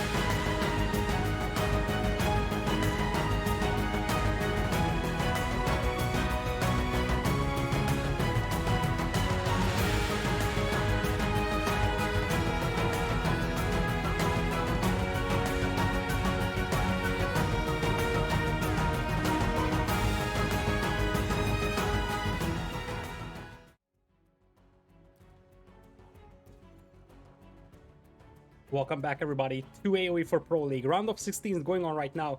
Help ZG Light and Holodefix, the COPIUM versus VCL. Kaio, say my name, and odds to you. We're jumping into game number 3. In a matter of moments, it is going to be on the home map of Help's team, and we already have the civilizations for what will be Hillandale, and that is going to be Holodefix picking the English. Help is going to have the Rus, and ZG Light is going to have the Mongols. Whereas on the other side, Kaio is going to have the Holy Roman Empire, Atstu is going to have the French, and Say My Name is going to have the English. Some surprises over here, I would say, because as you see for Kaup's team, they do not have the Holy Roman Empire on their roster, and a bigger thing, they don't have the Chinese on their roster. That is a bit of a shocker to me. In the previous game, VCL used up their Chinese, so you would expect their opponents to utilize that fact and just go for their own Chinese and basically have unanswered Fire Lancers. But it looks like COPIUM is not a believer in Fire Lancers. Instead, they want to go for Mongols, Rus, and English. Obviously, Rus Horse Archers are still very powerful. I think the biggest wildcard here is going to be English, which do have a great late-game economy if you think about the farmers with enclosures. But it's a bit of a question mark to me what they will do army-wise when it comes to post-Imperial. Of course, they have a big mass of longbowmen, which, given the fact that there is no Fire Lancers out there, could be a very useful unit on the battlefield. But you gotta wonder if leaving Chinese out of the equation entirely is a mistake or not from Kaup's team. Looking at the game countdown, we have 3.5 minutes to go. It is the decider game between VCL and COPIUM. The winner moves into the top 8. So far, both of these teams delivered one pretty convincing game and one somewhat underwhelming game. In the first game, we did have Kaup's team dominating quite a bit for a long time in late game. At the beginning, it started out a little rocky because Kaup's team had ZG Light pretty much have to relocate his entire base with the Mongols. But ultimately, they managed to carve that victory out. And in the previous game, VCL just steamrolled ZG Light's base so easily, and ultimately resulted in an even scoreline. So with only 2.5 minutes remaining from the spec countdown, we're going to jump into Hillandale, a map that is very economy focused, and a map that usually is associated with Chinese and Holy Roman Empire with the civilizations. There's going to be absolutely no showing of the Chinese on this map, and there's going to be absolutely no showing of the Holy Roman Empire for Kaup's team, only for the Vietnamese team in the hands of Kaio. Say My Name is going to be playing English, which is also a little surprising, I would say. Atstu is going to be playing French, and Kaio is going to be playing with the Holy Roman Empire. So let's talk about these civilizations for a brief moment. English is a civilization that can put up quite a lot of aggression, that can be immensely helpful, being able to apply early pressure and potentially disrupt the opponent's boom if they decide to go that way. Holy Roman Empire, of course, Fast Imperial is probably the name of the game. Prelates collecting relics into the Regnitz Cathedral.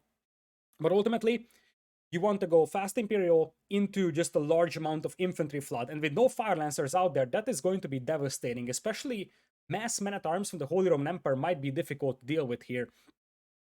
Atstu with the French, that is probably going to be a multiple town center boom into late game knight production, using the castle's bonus to decrease the cost of the knights. On the other side, I think that's the more interesting one. Kaup having the Rus, that's going to be great for late game horse archers. ZG Light having the Mongols available, he can go for mass lancers with the stone and double training. He can go for Mengadai. But I think the biggest thing for ZG Light here could be the trade boom, because the Mongols can go for a crazy trade boom with the silver tree on this map, and that could be a very nice way to play this game. And of course, Holodefix also has the English, as opposed to Say My Name. English is always a bit of a wild card because you can put up some aggression, but you can also go for a very eco-heavy approach. Like, technically speaking, what you could do is go 2 town centers in Feudal Age and then add the King's Palace as your 3rd town center as you go up to Castle Age, because the White Tower, I don't think that you necessarily need it on such a well-defendable map like Hillandale, and 2 town centers, fast castle, not something that I'm really amused about. So probably what you want to do is add a 2nd town center and then add the King's Palace as your 3rd.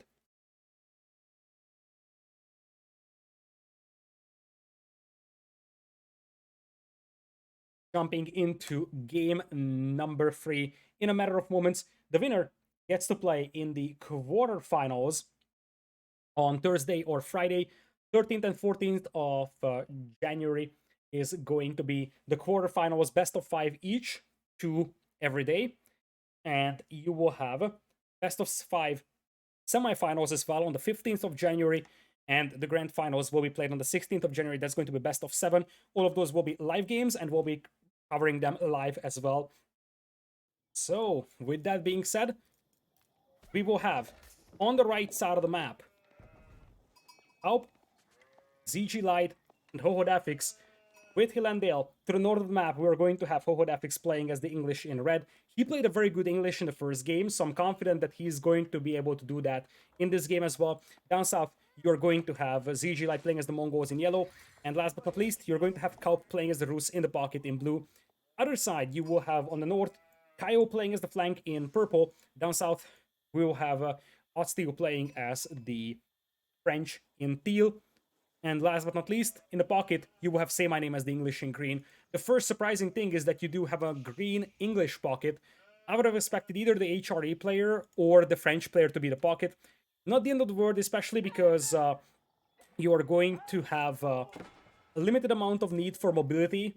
So it's not like your flank player here is going to be exposed that much to the enemy aggression, or your pocket player will need some extra safety. So on this map, it's probably not a big deal that you flip the French with the English for the pocket. Now, looking at the map, this is an interesting map generation on Hill and Dale. Usually you have a much larger Dale area and a much smaller hill. In fact, if you take a look at the players' bases, there's a ton of large goals on top of the hills. So the Dale area is surprisingly very, very tiny. And that means that you will have to wall all the way out here. There's multiple crossings to the players' hills, so there is quite a lot of walling to be had for both sides. And this also means that the two hills span from the edge of the map to the edge of the map, so a Mongols trade boom could be very effective over here, even in early game.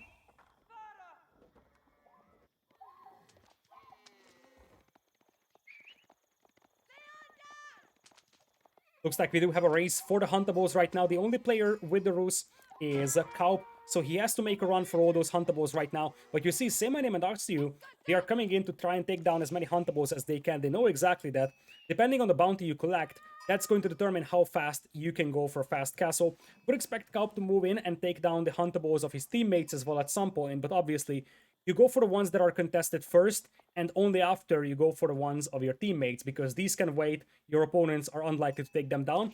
Nice job so far by the Vietnamese team though, killing quite a lot of Huntables. Only 95 bounties so far for Kaup. Not something spectacular at all. He's going to get some more from his own hunt, but obviously, being the only Rus player, you want to get to at least 450, 500 at this point.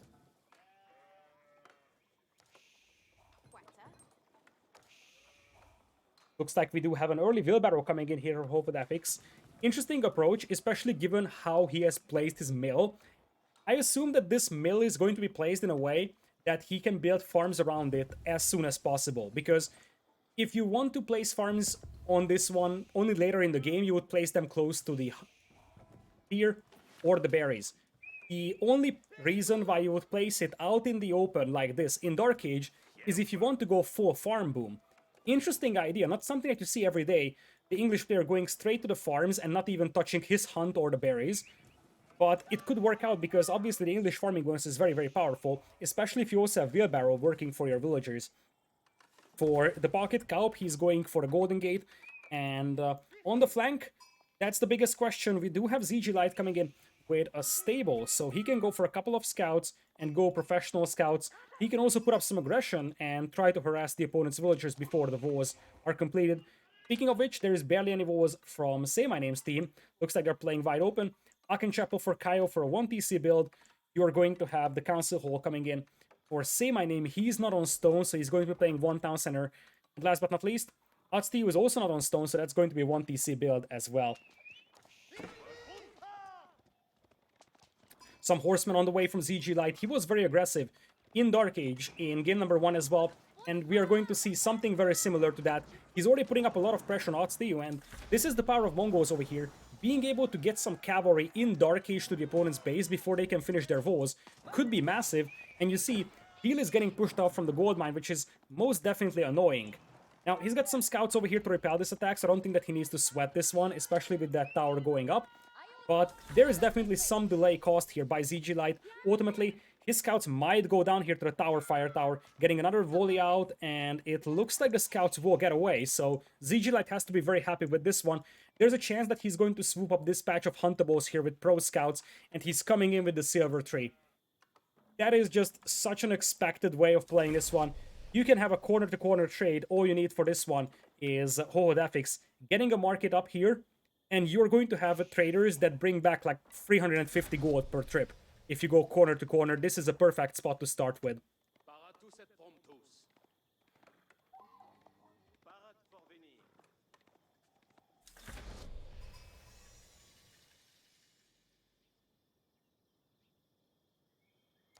Palisade's coming in here for holodethics.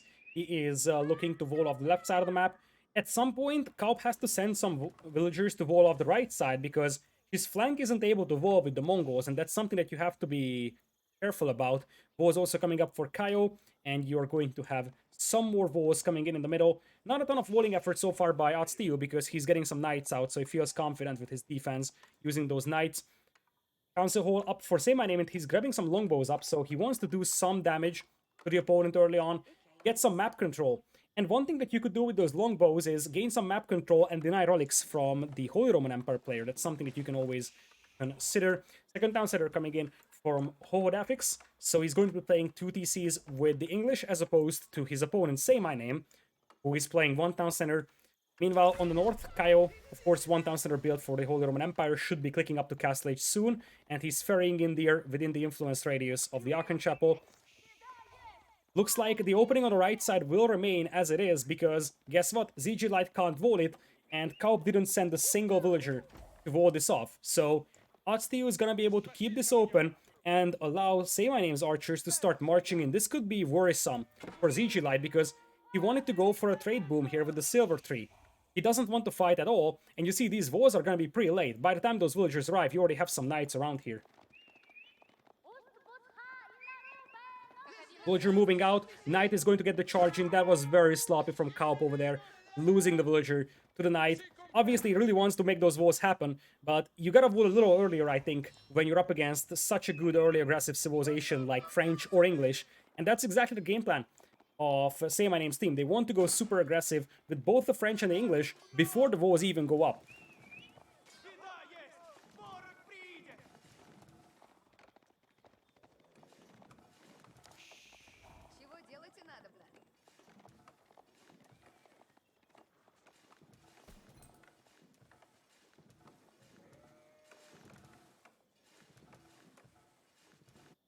Looking at ZG Light right now, he is already in the possession of 2 pastures right next to his Ovu, and as Chad points out, we indeed have a bit of a crazy map spawn, because that sacred site is actually on the hill area of Kaup's team. Now, speaking of that hill area, it's still wide open, so at this point, it's more than raidable and more than deniable, so I don't think it's something that's massively influential. Obviously, in the long run, that could be a factor to consider. Woes are up right now for holodethics, and woes are slowly coming up on the right side as well for blue, but these are still wide open, and I think Say My Name's archers are yet to arrive. In fact, look at this. He's pulling a villager. And I would love to see some sort of forward establishment over here. And if you get something out there, there is just no way for these walls ever to be finished, and the reason why that's important is because ZG Light won't be able to go for a trade boom. He wanted to trade, he's already setting up towers to boost his movement on the traders, but obviously that's going to be impossible with the knights roaming around and longbows roaming around, and that's exactly what's going to happen. Longbows are now coming in to get some harassment done, so are the knights. Villager gets picked off on the gold mine. Kaio, first one to reach Castle Age at this point, and longbows even looking to snipe some of those scouts carrying the carcasses. Scouts will get back, but at this point, longbowmen can start putting up pressure on the lumberjacks, and the knights can put up some pressure on those gold miners. So this is going to be a very difficult hold for ZG Light to make it happen.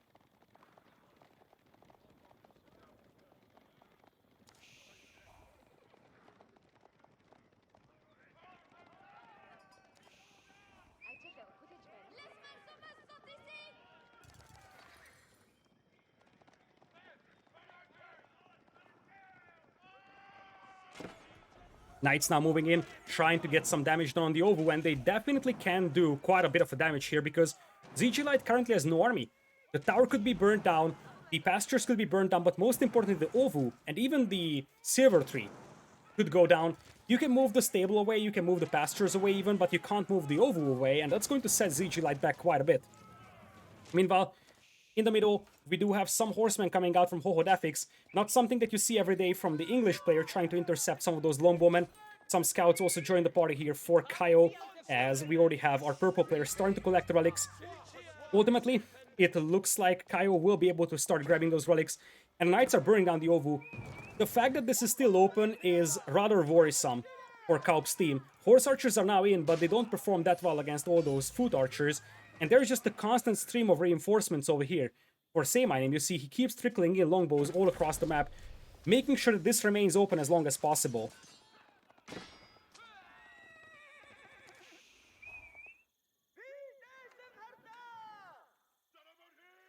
Ovu now being taken down, the pastures are next. You see a stable is being placed right next to this stone outcropping once again. Ovu no longer there, of course.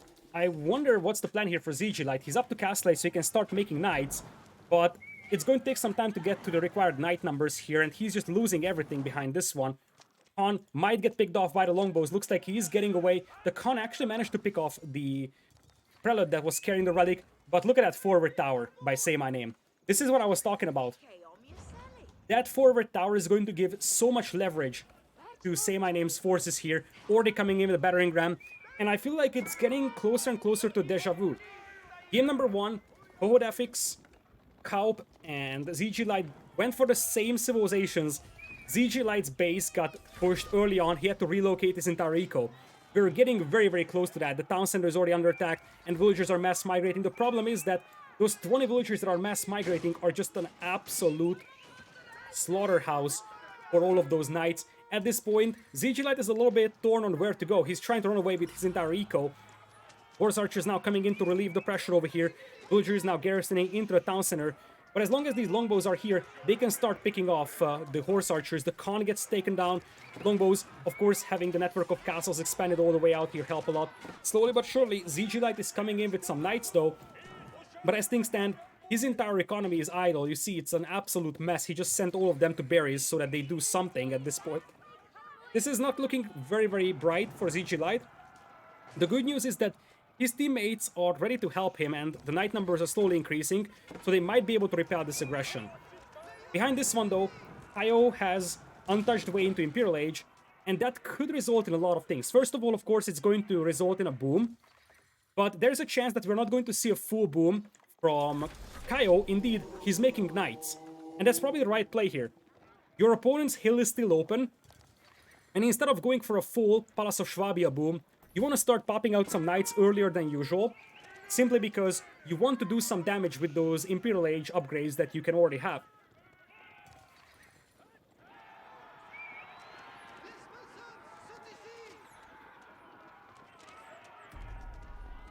Beautiful control from Say My Name on his longbows, as we will see some sacred sites being captured by Kaup. Those could get picked up by longbows quite easily, but Kaup, having 2 relics, he also wants to have some sacred sites for themselves.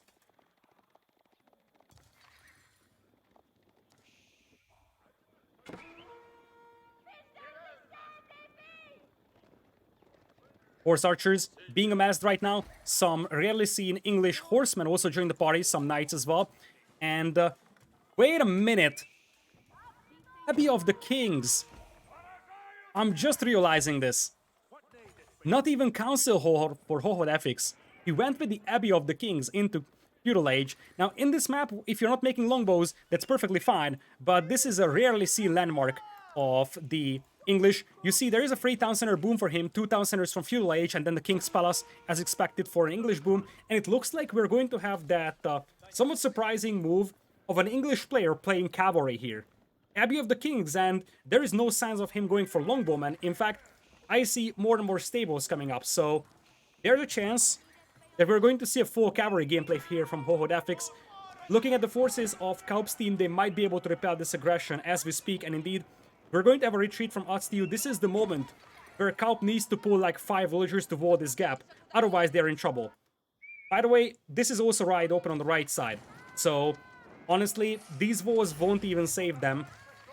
if these are not finished. But you see, now Kaup is moving in to try and wall off the right side as well, just as well as the middle.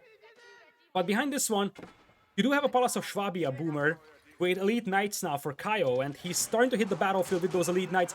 Big engagement coming in here. Longbows are able to fire from the shielded position here with the Knights, but these are Feudal Age Knights, Feudal Age Longbows, as opposed to Castle Age Knights and Castle Age Horse Archers. So the technology advantage is massive over here until those Imperial Age Knights come in, and those are definitely the power unit on the battlefield. That is probably a rather even fight over here. Horse Archers not being hit, and that's quite important right now for Kaup, being able to keep those Horse Archer numbers alive. Horsemen jumping on the Longbowmen. Longbows really want to focus on those Horse Archers, but so far they cannot. Now that the Purple Knights are increasing in numbers, things are slowly starting to swing in the favor of Say My Name's team. Longbows still trying to focus down the Horse Archers, but now Purple Knights disappear from the battlefield, and you now have a better Lancer number here for ZG Light. They're still trying to hit the Longbowmen as they should. Horse Archers trying to finish off those Longbowmen before it's too late, and it looks like the Horse Archers will retreat in the end because they're realizing that there is just way too many Purple Knights coming in here with the imp upgrades.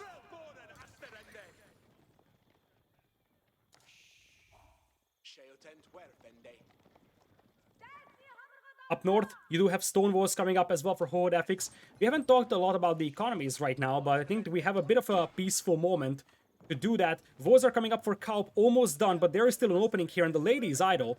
You see, this lady here, she's idle.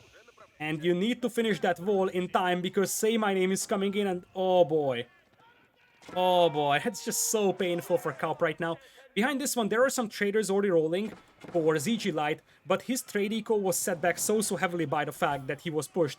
If these walls were finished after minute 5, you would already have like 15-20 traders for ZG Light at this point, and obviously that's hurting his eco quite badly.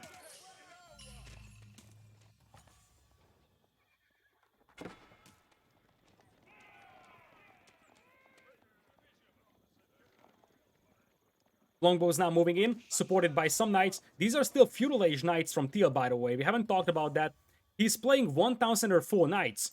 So at this point, I guess the idea is that he just wants to go full-on pressure, make sure that their opponents can't boom away, and then let his own teammate, Say My Name, make a boom. But Say My Name is just now hitting Castle Age, and I feel like they haven't been building up their economy that much, if you think about it. So if you look at the villager counts, especially for Horde FX, that's 95. Compare that to Say My Name's 53, and that's a decisive difference, I would say. So Horde FX has been booming like a madman. He's up to Imperial Age, he's gonna get enclosures for his farms, and it very much seems like we're going to see English Knights hit the field. Not something that you see every day, that's for sure. Another tower coming in for Say My Name. They want to keep up pressure. I think the problem is that this pressure isn't really doing much. Kaup's eco wasn't touched at all. ZG Light was definitely harassed. We have a Siege Workshop coming in from Kaup to try and help against the archers with some Manganols. But the big thing is that Horde FX wasn't hit at all. And behind this one, he had a free town center boom with the English, and of course the English farming eco. So now, if you look at his resource bank, he's holding 1,800 food, and when it comes to income per minute, by far the best food eco in the game, 2.2k. As a reference, that's pretty much more than the entire opposing team combined. And that's gigantic. And behind this one, you have enough time for ZG Light to mass his Lancers, enough time for Kaup to mass his Horse Archers, and with such a food income for Horde FX, he could even slink his teammates to Imperial Age to even out that technology gap that currently is there with those Elite Knights on the field. Elite Knights now with Biology, you do have 324 HP on them. Defensive tower being placed by ZG Light will be denied. Now it's Veteran Longbows, but that's a fairly sizable force of Horse Archers, some Lancers as well, and I feel like they just need 3-4 minutes more until Horde FX brings in his heavy cavalry. Everybody now in Castle Age, and it looks like Kaio will finally commit. That's a large amount of knights over here.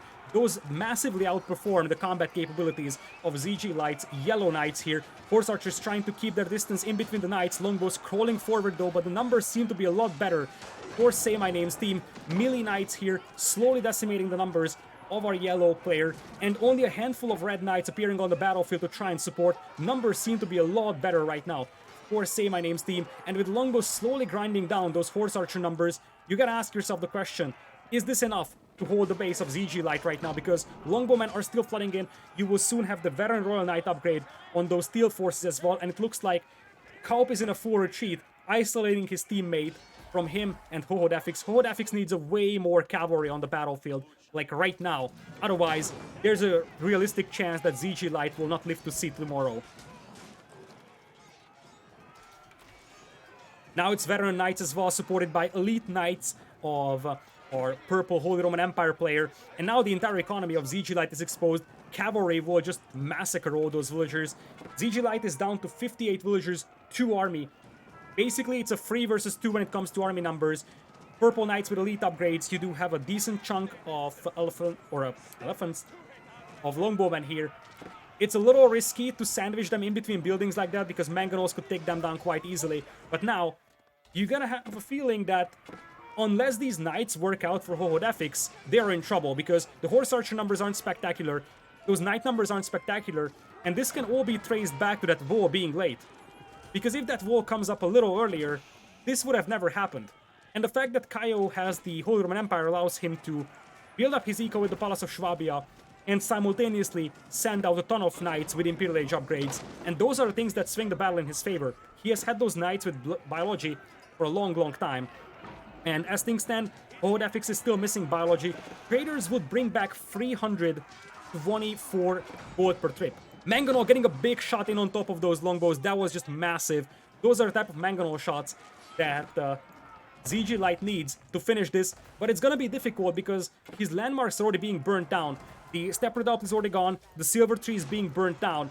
And now you got the Knights coming in, pushing away Kaup. So there is nothing that really prevents from those Steel Knights from taking down the town center. There is already a battering ram knocking on it. Villagers are going to be pulled to take it down. Nice reaction from ZG Light to jump back into the TC. But unless Hohodafix brings in a ton of knights over here to even things out, it's difficult to see this working out for them.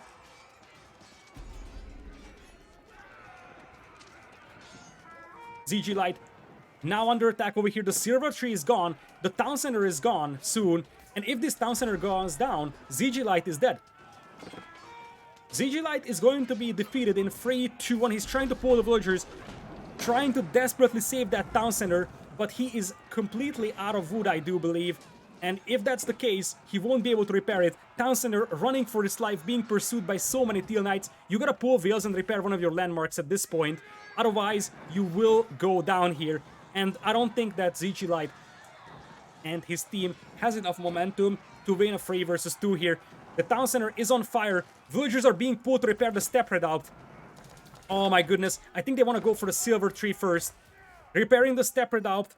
Do they have enough time to do it though? The town center is gone, and it is not a fully repaired Step Redoubt. ZG Light gets eliminated from the game, and with that, his team is likely going eliminated as well, because I don't think that his teammates have enough to fight this one. Horse Archers still from Castle Age, just a handful of Elite Knights with no biology, as opposed to just a never-ending flood of Teal Knights and Purple Knights with full upgrades for Kaio.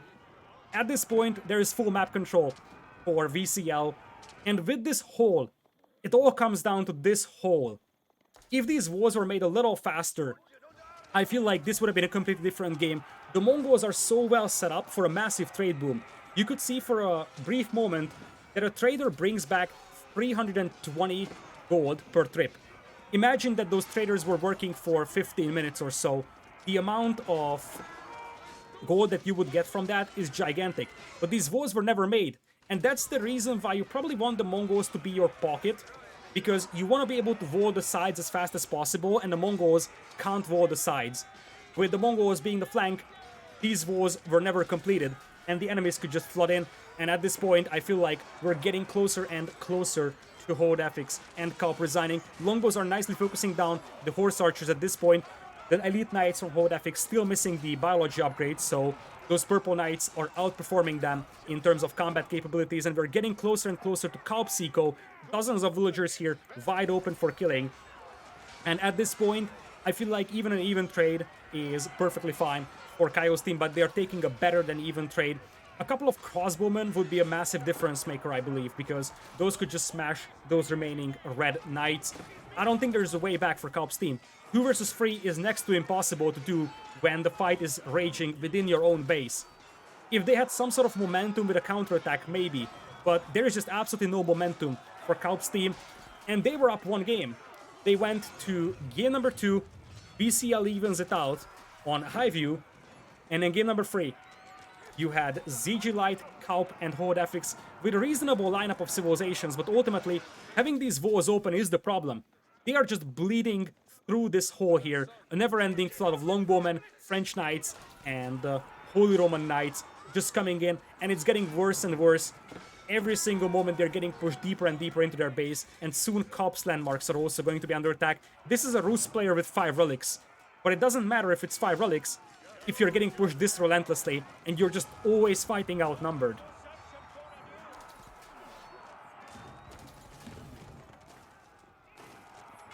Rams now knocking down the tower here, and there is just absolutely no forces left on the battlefield. Kaup taps out, so does HODFX. VCL reverse sweeps their opponent, and they move into the top 8 here. Spectacular show of force from them. They really utilized that one little mistake from Kaup's team so well. And while many people associate this map with a very defensive strategy, many people say, okay, I don't need to voe much because my opponent is also going to boom. But that's not the case. If you don't voe yourself, you could get punished for it. And that's exactly what we saw. In the end, those villager counts dropping is the biggest problem right now. You see, HODFX was competitive with the villager count for a long time. But ZG Light was just bleeding villagers all time. And the same thing for Kaup happened. Kaup basically had no villager production, probably because he wasn't really able to maintain Horse Archer and villager production at the same time. Ultimately, was surpassed by ODdsTO and Say My Name. But the biggest thing is this. Look at the graphs over here. Kaio, Say My Name, and ODdsTO, pretty much for the majority of the game, they had the better military count, and they just never let that slip out of their grasp, ultimately eliminating ZG Light, and with that, moving into the top 8.